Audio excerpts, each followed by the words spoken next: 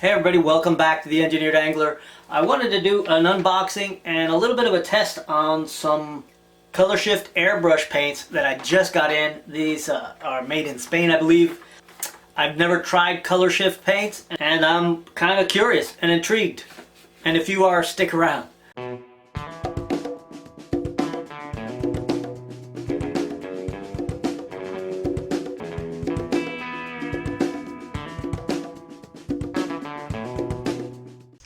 So the box comes with 6 different bottles apparently, and they all have a slightly different hue shift.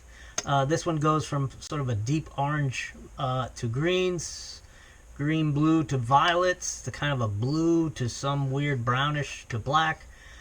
This one's interesting, kind of a violet to orange to yellow. Here yellow to blue to brown. And then here, kind of a light green to bluish and pinks. Kind of interesting. Let's go ahead and open this thing up.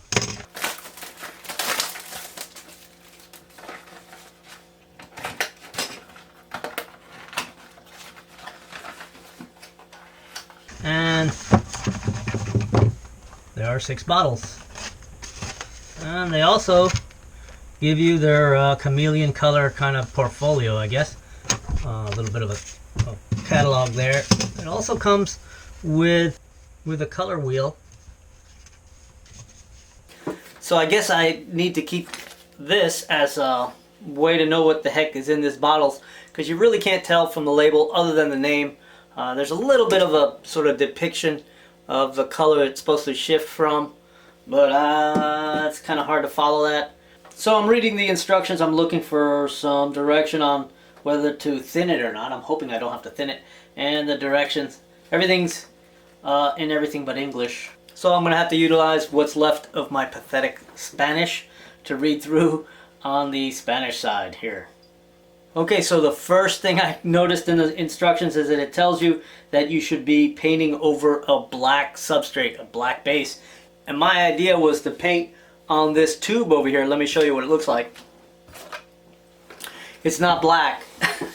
But what I've done is I've taken a piece of PVC and I've put some opaque white primer on it, and I've also put some foil on there. So I still like the idea of the foil. I'm going to go ahead and tape it off and paint the white part with just some flat black Testors airbrush paint.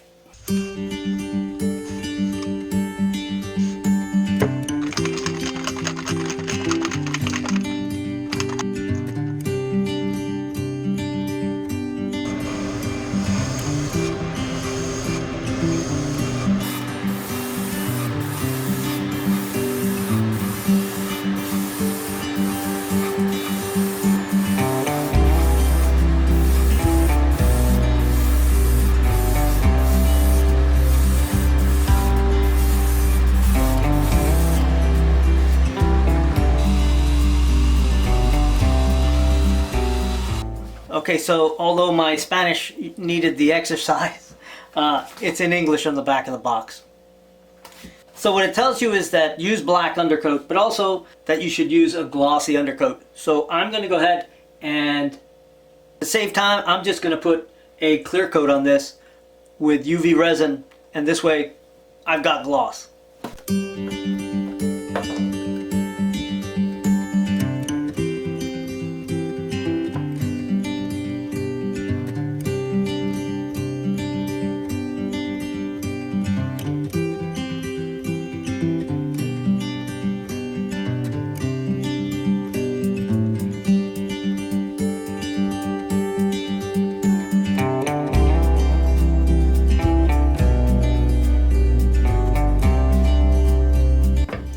Okay, I've got it pretty decently coated. I'm going to stick it in the UV chamber. And for now, I'm just going to let it rotate for a while, just to make sure the bubbles are out, and then I'll turn on the lights and we'll get back to it in about 45 minutes. Okay, I think we've got it. I'm going to bring this around, and that gives us a nice glossy finish. I just gotta pull this tape off and let's get back to the paint booth. Okay, so I went through some trouble to get this finished, so I'm going to wear some gloves. Alright, so now I can handle this a little bit. I'm going to go ahead and pull this tape off. Hopefully it didn't mess up the aluminum foil. No, it didn't. Alright, so now we have a nice aluminum foil on one side and a very shiny black on the other. Pretty cool. Now it's time, I think. I don't think we need to do any further preparations. Now it's time to break open the paint. Let's start spraying.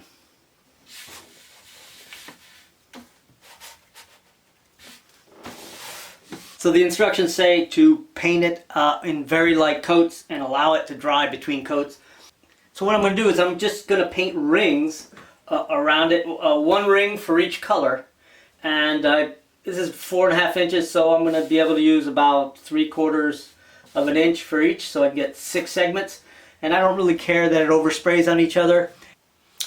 Okay, what I'm going to do is I'm going to start off with the paints from the lightest one to the darkest one, left to right, and hopefully it'll look halfway decent. So it looks very pearlescent. Let's put a couple drops in here. Very interesting looking. You can already see the sort of multiple colors.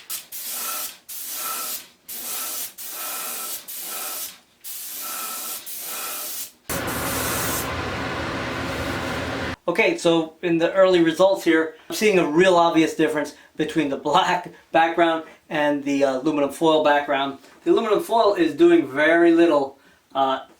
In fact, it's just getting a little dull. And it's a little disappointing. I thought that the aluminum foil will give me kind of an interesting difference, but it's not interesting at all.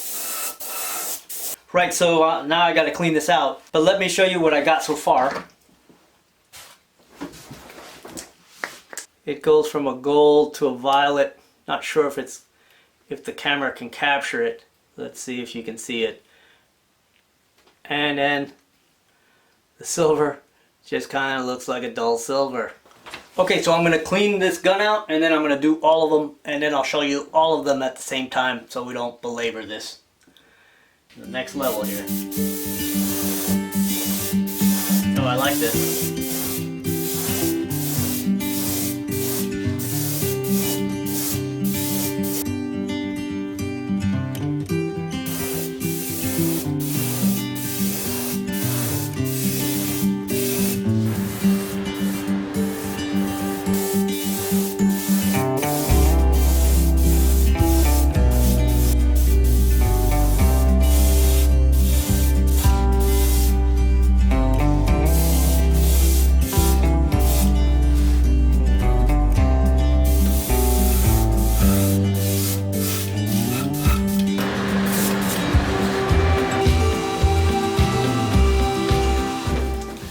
Well, I didn't exactly follow the directions. I did kind of put it on heavy, but we did put it over black gloss, which I think made the difference. On the aluminum foil, really very little is happening. With the ones that actually gave it some color, there's no shift, so you don't want to put it on a reflective surface. Alright, so let's see if I can get you a good view of this with some decent lighting. You can see the shift. Really hard to see on the camera, but it definitely has some pretty interesting color shifts. And I think having a round or a circular or a curved surface I think really helps a lot. The next step is to clear coat it. I think clear coating over it is going to make a big difference. So let's put another UV clear coat on it, and I think we're going to end up with something even a little more interesting looking. So I'm going to put it back on the expanding lure holder, and if you haven't seen this particular lure holder, I did a video on how to build it a while back. I'll put a link above me somewhere so you go check it out. See how it does.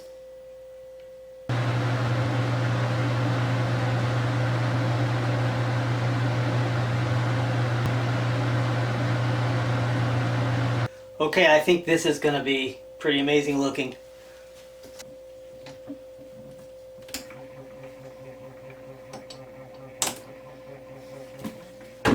Okay, so it'll be another 45 minutes or so and we'll be able to take a close look at it. Hopefully we'll have some daylight left outside and I'll take it out in the natural light and see what it does in natural light. Stick around. Okay, so most of the property is in shade and shadow right now, so I'm down at the dock and hopefully you can see how this thing actually looks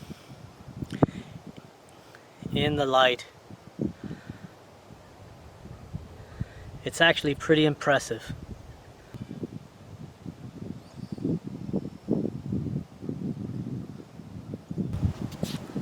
So I'm pretty impressed with it.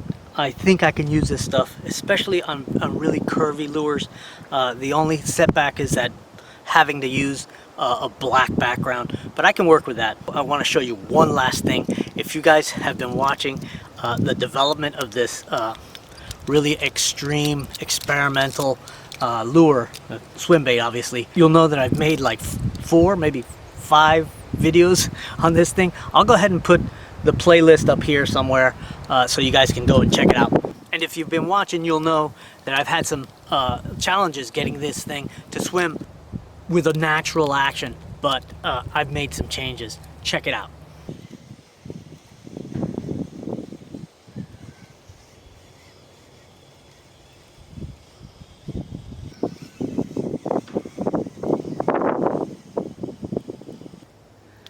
All right, thank you very much for watching. If you want to know how I got this to swim, check out the next video. It's coming next week.